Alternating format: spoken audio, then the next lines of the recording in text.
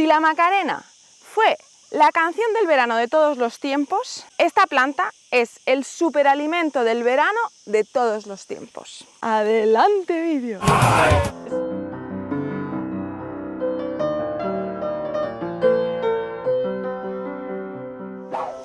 En verano hay muchísima comida en los huertos, pero hay una plantita que normalmente pasa desapercibida y que seguramente es la más nutritiva de todo el huerto de verano. Estamos hablando de la verdolaga. ¿Dónde crece esta panacea? En suelos removidos y bien fertilizados, los huertos, y normalmente pues la gente las arranca para dejar la tierra yelma. Pero sin embargo resulta que crece súper bien haciendo una cobertura vegetal bajo los tomates o las berenjenas. Aquí está junto a una hierba luisa y unos tajetes, y lo que crece bien junto, sabe bien junto. Una ensalada con tomates y verdolaga es una delicia de verano. ¿Por qué es tan saludable esta planta? Pues porque tiene una composición nutricional llena de vitaminas, de minerales, de ácidos grasos, de mucílago. Es como tomarte una gran variedad de suplementos nutricionales de la farmacia. Se originó en Oriente Medio, pero rápidamente se expandió por todo el mundo, seguramente porque los humanos la llevamos. Es uno de esos alimentos que nos hacen bien, porque parece ser que ha sido parte de nuestra dieta desde siempre. Como mínimo se sabe que los griegos la consumían hace más de 700 años antes de Cristo y la conocían bien. Plinio el Viejo decía sobre esta planta: un sabio griego, es el bien para todos los males. ¿Cómo la reconocemos? Es una planta crasa y tiene pues unas hojas espatuladas bien, al gallo le encanta, a la verdolaga, y unos tallos engrosados, muy gorditos y carnosos también, muy ricos en nutrientes y en una gran proporción de agua. Tienen un color rojizo porque son muy ricos en carotenos. Pues resulta que la verdolaga tiene 7 veces más carotenos que la zanahoria. 100 gramitos de esta planta tenemos el 150% de la cantidad necesaria recomendada de vitamina A. Atentos a todas las propiedades medicinales que tiene la verdolaga.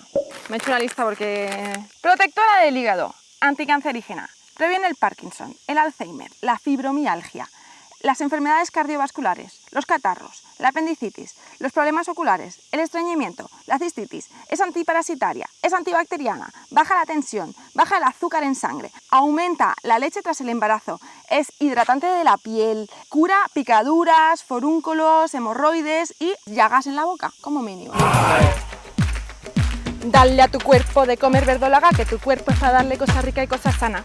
Dale a tu cuerpo de comer verdolaga, verdolaga, ¡ay!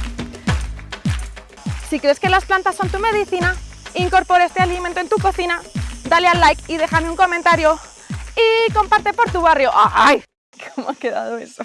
Pero la sustancia estrella de la verdolaga es el omega 3. Es súper importante, especialmente para vegetarianos, porque las fuentes más importantes de omega 3 son la carne y el pescado especialmente. Pues la verdolaga es la verdura con más omega 3 de todas. Y el omega 3 es esencial para el desarrollo del cerebro, para evitar trombosis y problemas cardiovasculares.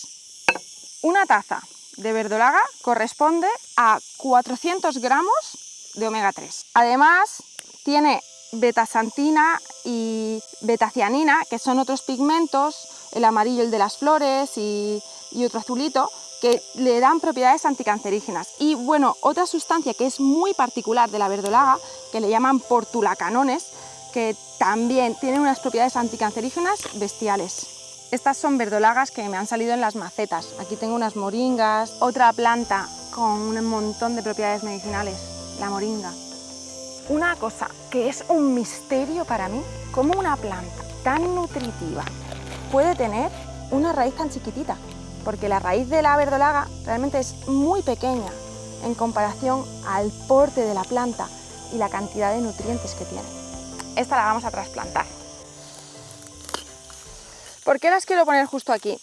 Al límite del bancal donde está empezando a entrar la grama y así proteger un poquito para que no se meta la grama al bancal y que sin embargo pues estén las verdolagas que también sean comida, pero justo fuera del bancal. Ahí está, un poquito más y ya está.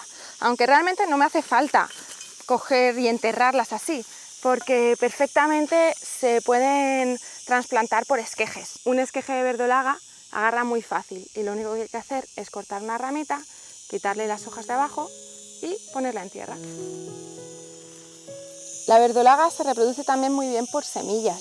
Hace unas pequeñas semillitas negras con forma de caracol que están dentro de unos frutos que son los que le dan el nombre latino a la verdolaga. Se llama Portulaca oleracea y portulaca quiere decir pequeña puerta porque el fruto se abre como una pequeña puertecita y oleracea hace referencia a el omega 3, los ácidos grasos saludables. Que esta verdolaga se ha venido con una rosácea, que no sé ni cuál es, porque identifico el patrón de crecimiento por las puntas aserradas de las hojas y que crezcan de esa manera. Y sé que es un rosal. Existen unas 40 a 100 especies distintas de portulacas, pero yo solamente he consumido esta. Aunque en el norte de Europa sí que vi una que tenía unas hojas enormes y riquísimas. Era tan espectacular que se merecía su propio bancal en el huerto. Importante, ¿dónde no recolectar?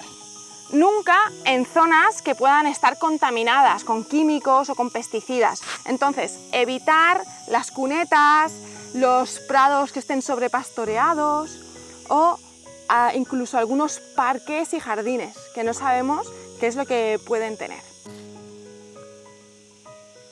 Ahí están las cápsulas de las semillas que le dan nombre a la verdolaga, la portulaca, los frutitos con pequeñas puertas. Para mí es inconfundible, pero atentos novatos, porque se puede confundir con una planta que se llama Euphorbia maculata, la hierba de las golondrinas, que es muy tóxica. Tiene un látex blanco que lo vais a distinguir. Si tiene látex blanco no es verdolaga y no se come. Y también tiene puntitos negros en las hojas. La hora de la recolecta es fundamental en la verdolaga, porque por la mañana está mucho más ácida que por la tarde, que está más dulce. Esto se debe al metabolismo de las crasuláceas, es decir, es una planta crasa y tiene un metabolismo especial para evitar deshidratarse. Entonces la fotosíntesis la hace en 2 pasos. Por la noche abre los estomas y coge el CO2 y lo transforma a ácido málico, que tiene un sabor ácido. Y durante el día, con el sol, ese ácido málico lo transforma en glucosa. Entonces, por la mañana está ácida y a lo largo del día se vuelve más dulce.